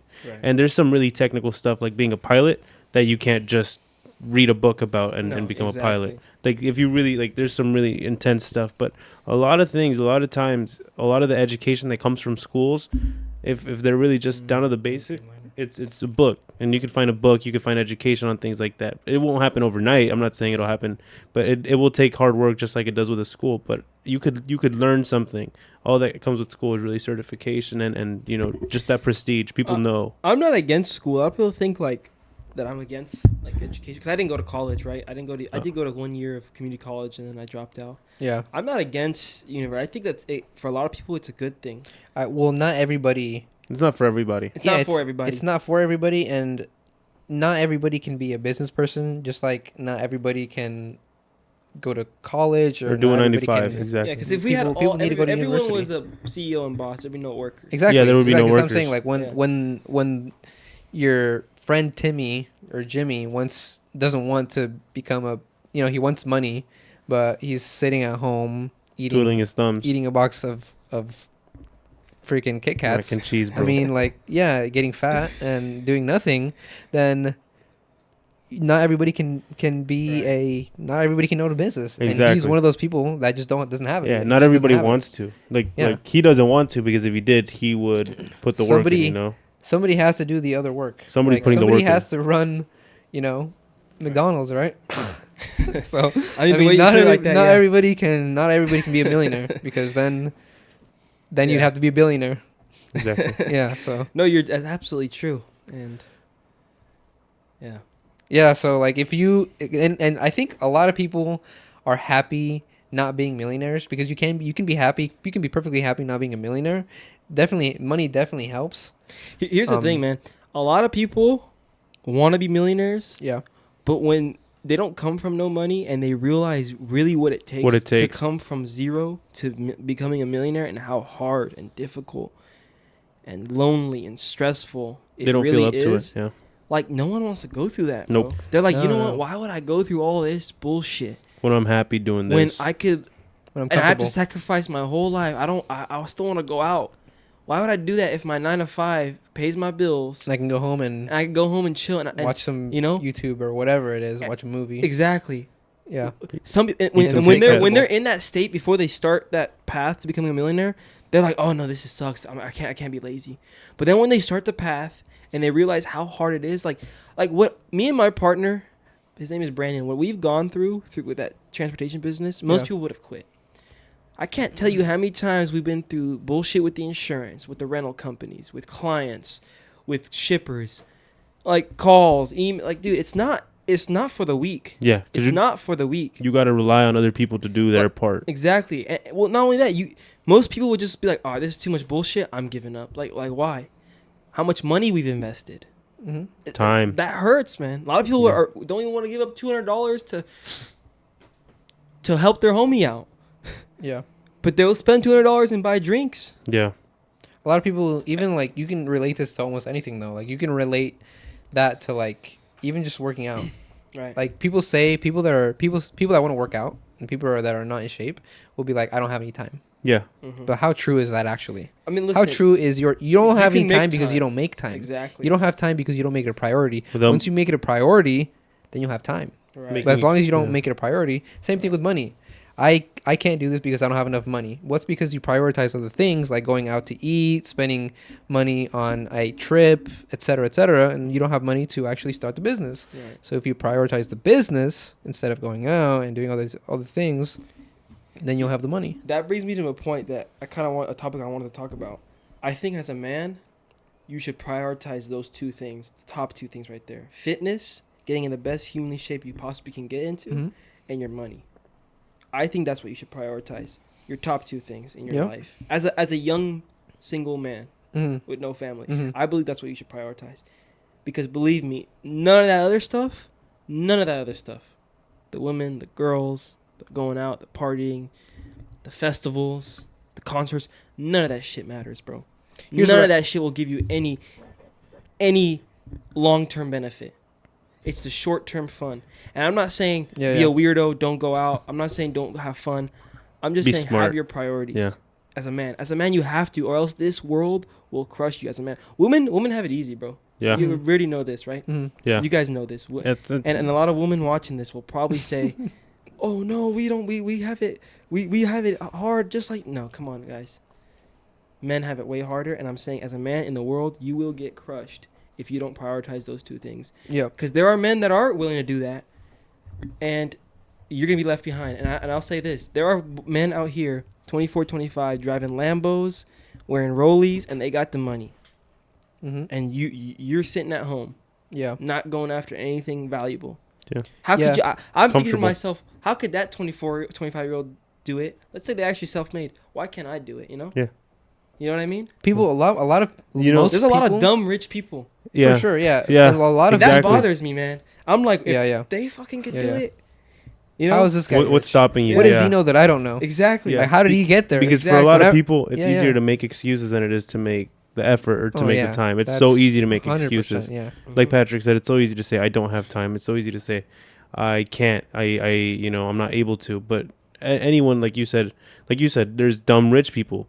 And that's no disrespect to them. I'm Cardi like you said. B. No, I'm just kidding. If they're self-made, there's some kind of respect to them. But if they can do it, who can't? Yeah. There's a lot. Yeah. I think, like I said, it comes down to your priorities, man, and the actual willingness to put in the work. It sounds all cliche, right? Like everyone's heard this, but it's true, man. Just put in the effort, put in the work. You need to stay consistent. And a lot of people now, will see a nice sports car, whether it be Ferrari, Lamborghini, Porsche, whatever it is. Yeah. They'll see it.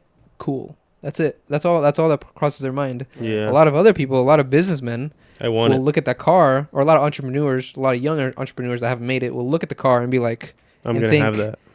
How does he have that? Yeah. What does he know that I don't know? Right. Yeah. I got to go talk to him. Right.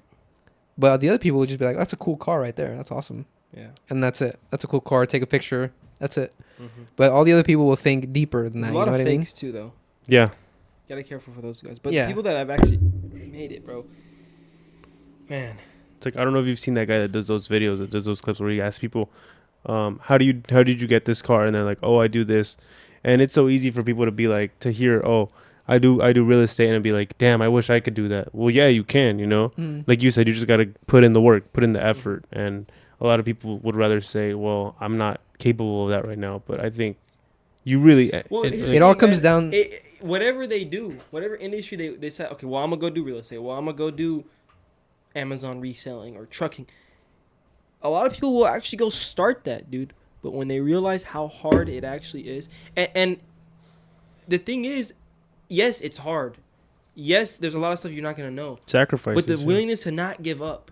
You have to be willing to lose everything and still want to make that $1 million. Yeah. Exactly. People don't want to do that. Yeah. They want it the first try. Instant, yeah.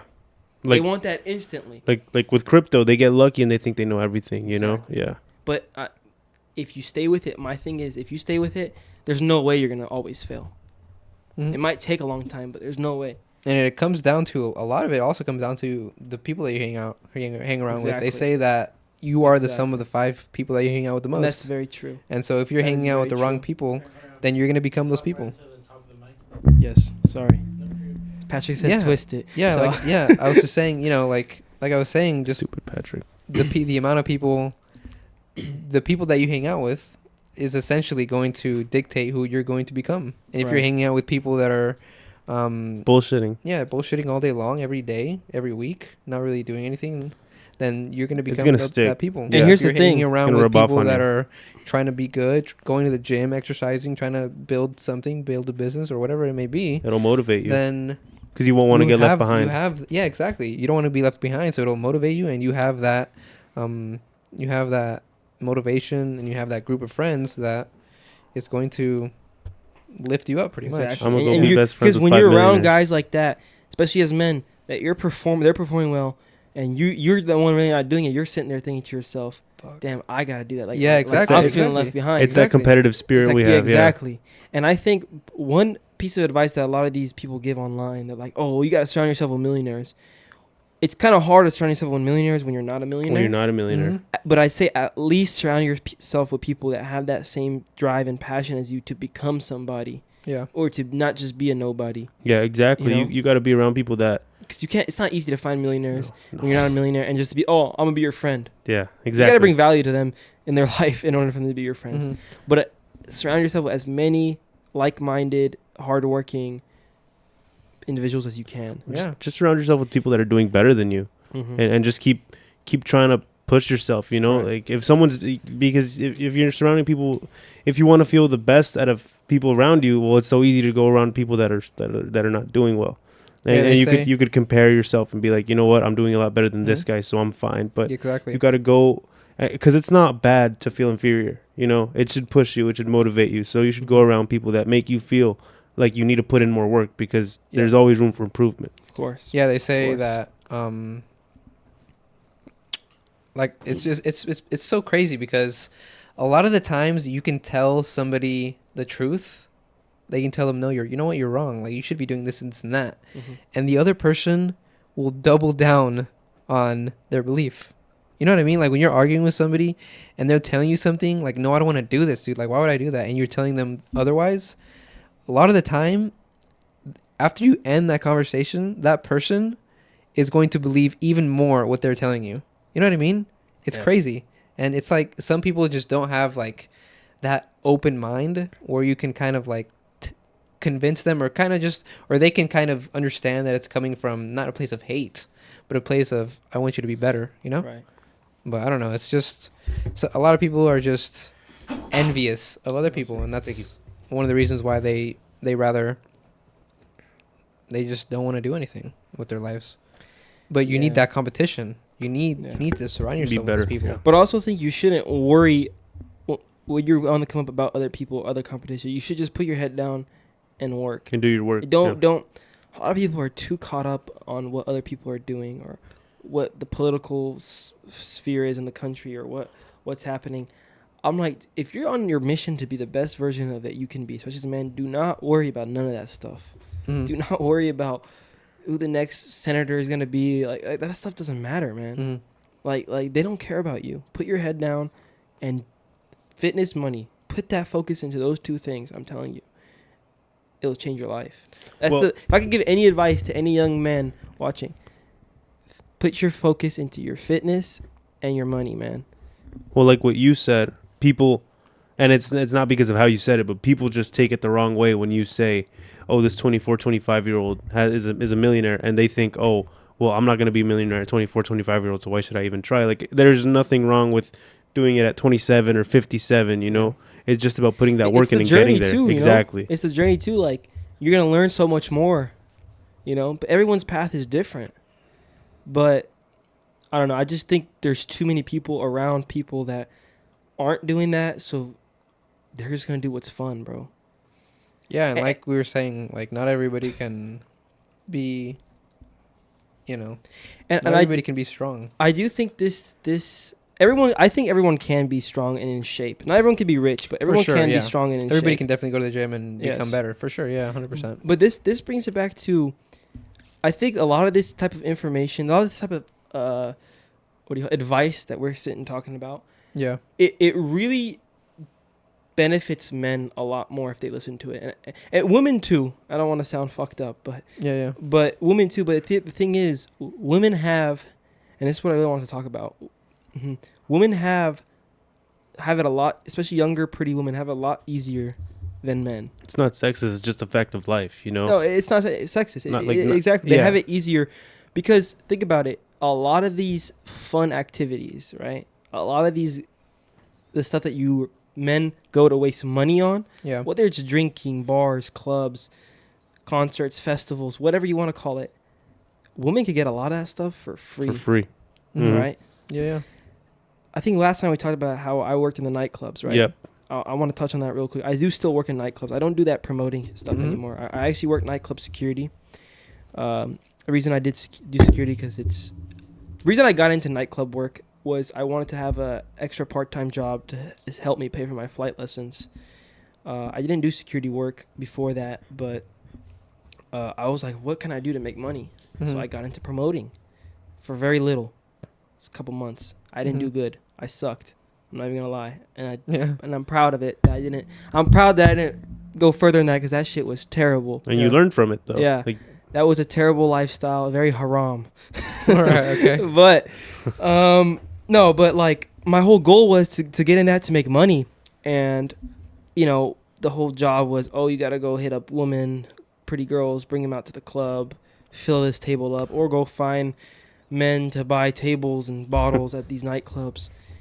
And I was like, this is not quick instant money. I was looking for quick instant money, like an actual side hustle.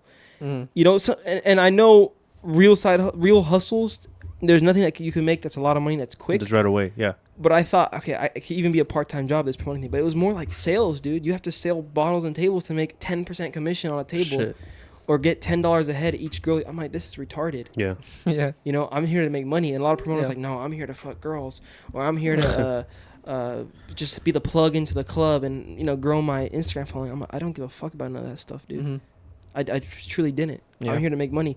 I didn't see the money coming in. I quit. I got my security guard license. I met a security guard that was at a nightclub. He's like, yeah, we're hiring. We're paying this much an hour. I'm like, that's really good. $26 an hour to work 4 nights a week. Securing the nightclub. You actually are somebody in the nightclub. You're suited. You're nice. So I said, I'm here to make money, dude. If I could do it in nightlife through this, I'll do it. So that's what I do now, like 4 to 5 nights a week at night time. Nightclub security. It pays me steadily, right? I get paid hourly. My whole goal was from that to make money, and now I'm actually making money from nightlife. I don't care. You can't drink or you can't really hang out with girls. I don't give a fuck. That's not what you're there for. Yeah, I'm not there for that. So, going back to what I said, me working in nightclubs for over a year now, I've seen it. Girls say, oh, we have it easy, or we have it hard too, like men. Some girls will say that, or our lives are just as hard. But how many guys do you see getting invited to VIP nightlife sections or getting paid for, or getting paid for, or getting free drinks? I literally was working at one of the restaurants that my nightclub company owns as well, doing security there. And they call it promo dinners. Yeah. And I talked to the manager, and it would just be a table with one promoter and like 12 really good looking girls. And I'm just like, hey, do these girls eat for free? He's like, yeah, well, how it works is we want to make the restaurant look quote unquote filled. Wow. So this promoter will bring 10 to 12 girls, pay the restaurant $12 for each girl as a tip. Like the girls tip. The girls are not going to give them the money. That's all out of the guy's pocket. Yeah. And the restaurant is providing at least up to $1,000 worth of free food and drinks. Really? God. Yeah. $1,000? I'm assuming these restaurants are not cheap. These West Hollywood, LA restaurants. Yeah. I'm not gonna name drop any of them, but yeah. I mean, and that's the thing. You don't want to go to a restaurant that's full of guys, or go to a club that's full of guys. Well, these restaurants know. Yeah, exactly. These restaurants know. There are a lot of higher end clientele. You want to see women. Well, not nothing, out of pocket or anything, but you want to see women. Especially these single guys that are willing to spend money. They want to go and see women. Exactly. They want to meet women. And it works for their advantage because they're bringing these girls. But I'm just thinking to myself, they have it that easy. They can literally go out every night of the week and eat dinner, a 5-star dinner for free, for free. And then would you say there is anything you can think of off the top of your head right now that women do have it easier than men? Well, everything, right? You mean men have it easier than women? Oh, yeah, sorry. Yeah, vice versa. The men have it easier than women? Easier than women do, yeah. We say there's anything that you can think of right now that... I'm sure there is. I'm trying to think. Because I mean, for girls, you just if you're blessed with a nice body and like you keep in shape more or less, you post a couple nice pictures on the gram, get a nice following, you're eventually gonna get invited to one of those, right? Yeah. You're just like, I think in modern day Western society, let me be completely clear, Western society. Yeah. Women could do anything a man can do in terms of work now, right? yeah. Well, I guess they could, right? But if they wanted to, if they want, exactly, if they really if they wanted to, yeah, and if they wanted to, and they could. So, let's just put it that. But I think, I guess the only thing I could think of that men have easier is they're less judged if they're promiscuous. Yeah. Okay. That's the only thing I could think of. They're less. Yeah, that's a good one. Right. That's the only thing I can really think of that men have an advantage. If a man is sleeping around with a lot of women, they get valued more. They get valued more, or they're more respected. Like, oh, that's what's up, bro. You know what I mean? Like, that bro gets girls. Yeah. But women, it's like all looked down upon. Now, there's a reason for that. There's a reason for that. Is that a good thing? Yes and no. Yes and Wait, no. which one? Men being, highly validated for being promiscuous and sleeping with a lot of women. Is that good? I say yes and no. I'll say yes because it is harder for men to get sex. Exactly. We all know this. Yeah, right? that's a fact. In just general society, it's harder. So men actually have to go out there and earn. They have to be good looking. They have to have some sort of game, some sort of confidence, some sort of status to them. They need something. Other than just being tall. Yeah. Yeah. You know what I mean? So other than just being a man. Yeah, other than just being a man. Even a good-looking man, you still have to have something else. You have to be able to talk. Yeah, if you're a good-looking man and you're just all over the place, you smell bad. Then exactly. Yeah. But the other way around, if you're a good-looking girl and you smell a little bad, there's guys out there that will still want you. Still want you. You can be a not good-looking woman, go to the bar, and you'll still get attention. You'll definitely still get attention. There's simps. Yeah. Now, why I say it's bad also, or it's also bad that we kind of like, oh, it's so good that men we say what's up, that's what's up. Yeah. I don't think it's ideal for having a family. Yeah, so you would say it's not very beneficial for you. Yeah. To as a sleep man. around with. It's not beneficial. Now, on the other hand, I'm not saying go be a virgin. Right. Because at the end of the day, we know women do not like virgin men. No, they don't. Yeah. Like a man that has no experience, I don't give a fuck what these girls say. They don't want a man who's never been with a girl. That's the turn off for them. Yeah. That's a complete turn off. Mm-hmm. But also a man that's been around a lot, women will look at it like, some of them can be turned off by that too. Mm-hmm. At the end of the day, that man can still get laid, but it's not ideal for having a family. Yeah. Right. Yeah. But especially now that, especially if you're a millionaire and you're sleeping around with a lot of women, and now all of a sudden you want to settle down and have a family. Now all of a sudden it's going to become super hard because now you don't know exactly if the woman is there for you or for your money. Exactly. So now how do you differentiate? But here's the thing. In society, in this modern day society, it's very hard as a young man who has not made it yet, financially, let's say. It's very hard for you to go out there and find it with the modern day dating pool of women, man. Mm-hmm. Right? From our age, let's say from 18 to 30. Yep. It's very hard nowadays in the U.S., in this Western society, to go find a woman that's truly about you and is willing to stick with you through the struggles. Women do not want to be, a lot of women do not, I'm not going to say all, but a lot of women do not want to be with a man that hasn't made it yet. And if they do in the beginning, they're not willing to go through the struggle with you. No, they don't. They're not willing to go through the sacrifices of you starting that business and losing everything, unless they're truly about you and they're truly just a good girl, they were raised right and everything. Most women, they wait at the finish line for the winners. Yeah, it's as simple as it is, and I'm a young man because, like you said, maybe not. They're not exactly winners, but when they're the ones that are closer to being winners, those are the ones that are spending $1,000 at them for dressing nice at a club or for looking good, because they're already kind of made some sort of financial success, so they're willing to spend that money. So they're not going to go for the guy that's hustling; they're going to go for the guy that hustled. Right, but that's the problem with a lot of rich men too. They're kind of simps. Yeah, they're willing to spend that much on a girl just because she looks good, but they have the money. Respect to them; they've made it financially, career-wise, whatever. But I can't tell you how many simp desperate men there are out here, guys. Yeah. I've just seen in nightclubs. If you're broke and you're simping, that's a fucking disgrace. Yeah. And I will say this thing though. If you have the clip right there, huh? If you have a girlfriend, right? If you have a girlfriend that has been with you since you, like you said, if you're starting a business, has been with you through your sacrifices, has stayed with you, has supported you, hasn't left you, has stayed loyal, then that is not a girl you want to lose. Absolutely not. That is a girl and if you want to go be a promiscuous dude and you have a girl like that next to you, you're dumb. You're an idiot, yeah. Unless she I'm gonna take this, unless she's okay with it. Unless she's okay with it.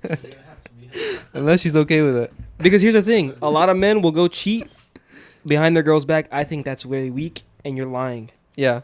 But I think if you start from the beginning and say, hey, baby, I love you. I'm going to be with you. I'm going to show you all attention. Yeah. I know this is going to sound like Andrew Tate. But if you tell her that on the side, I'm going to see other women, and she says, okay, hey, you guys start the relationship like that. Yeah. But if you lie and go behind her back, you're not a man. You're not a man. Yeah. You're a piece of shit at that point. Especially when you get, and if you get caught, like if you get caught cheating on somebody, like literally, like you got caught sleeping with another girl, the worst thing that you can do is deny it. Try to make excuses. That's the for worst thing. And it goes the other way around with women as well. Yeah. But here's the thing. It's like, no, please, I didn't do that. Please. Yeah, don't beg. Here's the thing, young men, do not beg women. I could go on and on about this, but do not beg women. Do not simp over women. Yeah. And if she doesn't agree, if you really want to just sleep around with other women and she doesn't agree, then don't be with her. Yeah. And if you really love her, then don't be with other women. Don't be with other women. Yeah, exactly. Yeah, because you have to come to that agreement. Do not lie to women, though. Women lie. That's how women are. And you have to be able to, see through that as a man, because that's going to be part of dating. You young men who have not dated, women are going to lie to you. They're going to say bullshit to you. Yep. And I think it's the same with men, though. But I think men are liars, too. There's a lot of smart men. There's a lot of smart men that know, but they're in denial, because like you said, they're simps. And they live telling themselves that, like, oh, no, it's not true. It's not true, when deep down they know. Most men are desperate nowadays. Exactly. Most men, even rich men. Yeah, but I would say women are liars, but men are liars, too. Men are liars, but I think that's because the society of men has become weaker. Uh-huh. There's a lot of weak men in this society. Mentally, physically. You just see how it's going. Women don't want that as a man. No matter what they say, how feminist they are, they don't want that. They don't want a weak, wussified man. They want a strong, masculine, independent man. And I'll say this. If you're a simp dude and you're like, well, I'm going to ask my girl if it's okay to sleep with other women. And she's like, no. But she's like, I'm going to do it. And you're like, well, okay, she asked me and it's okay. Don't be with that woman. Yeah. That is absolutely, utterly haram, especially if a woman wants to do that. Because deep down, if a woman truly likes you, she won't even look another man's way. Yeah, 100%. This is just like a whole nother ballpark. Because men and women are a completely different thinking when it comes to dating and sex. Okay? What do you think about Adam 22? What do you think about that? I don't know who he is. I don't know who he is. Who is he? Adam 22? I don't know who he is. He's the host of the No Jumper podcast. He might be the owner of No Jumper, but I don't know who that is. He's married to Introduce me. Yeah. This guy right here? He's married to a woman who is a star in the sex industry, and he let her... To a woman who's a star in the sex industry. Yes. That's one haram thing. And he let her sleep with another man. Haram. He gave her full permission to sleep with another man. Absolutely, utterly haram. And a lot of people make fun of when I say haram. I'm not super religious. I was raised Muslim. My parents are Iranian, Armenian. But I believe in a lot of the values and morals that come from that religion, as well as Christianity. I think a lot of it is the same. I think religion, you could get morality from it. Not saying I'm super religious, but the haram thing is absolutely true. Like if a lot of women, when it comes to dating, if a lot of men and women were to follow that, the society would be a lot better place. Yeah. So that's why I say haram. But no, that is absolutely, utterly haram. Because he's a successful guy, but he's successful, but I told you, there's a lot of successful men that are simps. Exactly. That will put up with this type of promiscuous, disgusting behavior. They have a whole child. They have a child together. I mean, how would that child feel? I don't know. Growing up and seeing child, her mom making porn videos. 8 years old or something like that, I don't know. I mean, come on. Yeah. It's not right. No, it's not. It's not right, dude. I mean, here's another problem. She's trying to play it off, too. Here's a problem with a lot of men nowadays. Yeah, he is. Men are so desperate for pussy, bro. It's disgusting. I see it in the club. Like, it is fucking disgusting. Yeah. Damn. What kind of men are they though? Tell, like, okay. What is like the archetype? Okay. Stereotype. It could be any race. It could be anybody. You've seen them all. You've seen it all. Yeah, it could be anybody. Are they usually on the bigger side or on the linear? It doesn't matter. It could be a good looking ass dude. Yeah. It's all with their character, dude. And men get it wrong. A lot of men don't get. I remember one time, bro. I was working security in the club. Pretty handsome, no homo. Pretty handsome white guy was like at the elevator where at the club I work, and he was trying all night trying to talk to girls. No, end up not getting any girl, right? Yeah. And he's over here saying, comes up to me. He's like, bro, I just don't got a big dick. Oh my god, bro. He's like, I just don't. I'm like, what are you talking about? He's like, what are you talking about, dude? He's like, all these girls, they just want a big dick, 6'7". And this guy was like about my height. I'm 6 feet. Yeah. Right. Well built, white, well dressed, nice. I'm sure he wasn't rich or nothing. He wasn't. But I'm like, dude. In my mind, I was like, I told this. I was like, go put more focus in the money. Yeah. Go put more focus in whatever career you're pursuing. Yeah. Don't even be here. You shouldn't be at this club, dude. Wait, why are you even here, bro? You're not spending money, bro. Why do you think they're not going with you? There's a fucking rich Arab motherfucker that's putting 50K on a bottle or a table. You have they're gonna gravitate Chris to Brown that. on the other table. What do you think? Where do you think these hoes are gonna go to? He's just there alone trying to. Yeah, like I said this. To offer. Come on, man. Because that's what they're the women. That's what, like you said, the hoes are there for. They're there for the money. They're there for the cash, for the spending. You know, these men are here, and you know, wrongfully to find love or to find you're not gonna find that. Have I seen regular dudes get play at clubs? Yes, it happens. It can happen. Mm-hmm. But I think when you're going into a very high status place where there might be more high status, the really good looking women that you're going after, they're not gonna be around the regular dudes. Can it still happen? Yes. And that's what you're looking for. A connection. I think you're wrong. At the end of the day, you're getting no value from that. Yeah. Oh, you got one hookup. Who gives a fuck? Yeah. Mm-hmm. Oh, I got a body. Nobody gives a fuck, dude. Yeah. Nobody gives a fuck. That's not increasing your value. Are you rich? No. Like, rich? No. Like, come on, you're broke. Nobody gives a fuck. Oh, I picked up a girl. She was so... Come on. Yeah, I get that. It doesn't matter. That stuff don't matter. If you were rich and you're truly not simping, this is what I mean by desperate men. They ask women more than once. Yeah. Here's the thing I would give advice to men. A lot of guys have asked me, how do I get girls? Or what do I do to get girls? Men I've known. Mm-hmm. I'm not going to say nobody. People I've known from the past, work, school. Yeah. Or like they just ask me, like, what do you do with girls? I tell them straight up, I ask a girl one time. I don't chase them. Yep. Yeah. Like what men get wrong is they go after women that are not interested in them. Mm-hmm. Right? This woman has never looked your way, has never showed you any interest. She don't even follow you on Instagram. Yeah. And you're over here sliding in her DMs, right? Begging for attention. Hitting her up. Hey, what's up? How you doing? You want to hang out? And let me tell you something. Yep. She probably doesn't even know you exist. And if she does know you exist, she leaves you on red or gives you little bullshit responses. And you in your mind thinking, oh, she doesn't like me, but I can convince her to like me. You can't. Yeah, move on, right? You cannot. Move on. You need to move on. Yeah, you need to move on. Men get it. Men get it wrong. Where they get it wrong, and where I think, as a regular dude, if you want to get play, go after women that are 100% interested in you. 100% interested in you. And I'm not saying they have to be head over heels in love with you. All I'm saying is they have to have interest in you, and you could tell through the way they text, they talk, any of that sort of stuff. Do not ask a woman more than once. You cannot convince a girl to like you. If she doesn't like you, exactly, you try to convince her more, she's going to get turned off. Women, I get the ick easily. They'll get the ick. Yeah.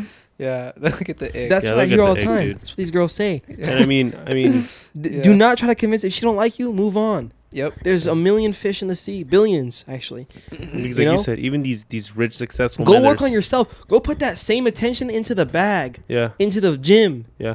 Sounds cliche, but I'm telling you. That's facts. I mean, like you said, these rich, successful men that are spending a bag on these women, there's no guarantee. At the end of the day, women are going to be with who they want to. Right. That comes down to it being easier for them because they pick and choose who they want to sleep with. Exactly. At the end of, like you said, men are much more desperate because they have to put in that extra work. They have to not only make the money, but at the end of the day, if the woman doesn't want you, you're fucked. Because if that's the woman you want, Well, that's the thing. You shouldn't get worried. You shouldn't worry about that. It's just a girl. Yeah, exactly. Who is she?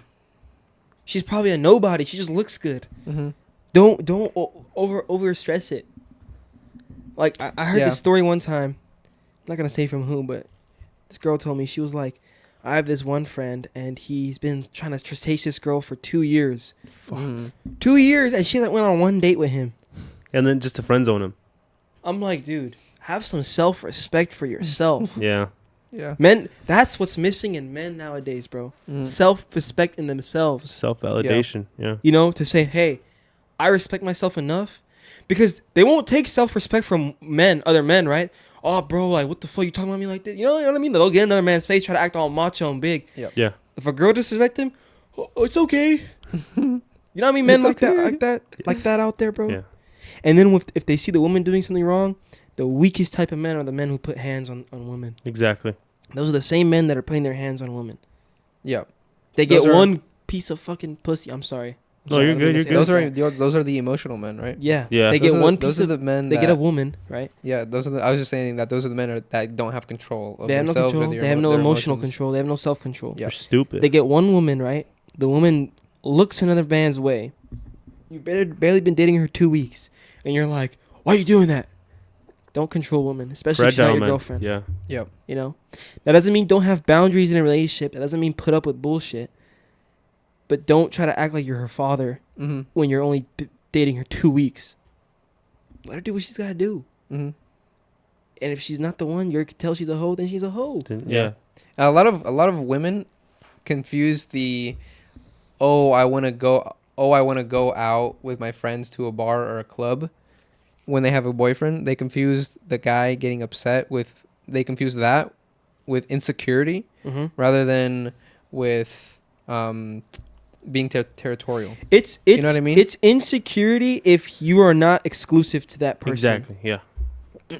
Yeah. You could see a girl for a little bit, and in the beginning, if she's doing it every weekend, that's red flag behavior. You shouldn't want to have anything serious with her. Yeah. If you guys are exclusive. If you're exclusive and she's like, that's insecure, then that doesn't make any sense. That doesn't make sense. And I'll tell you this, especially if you've been dating for a while.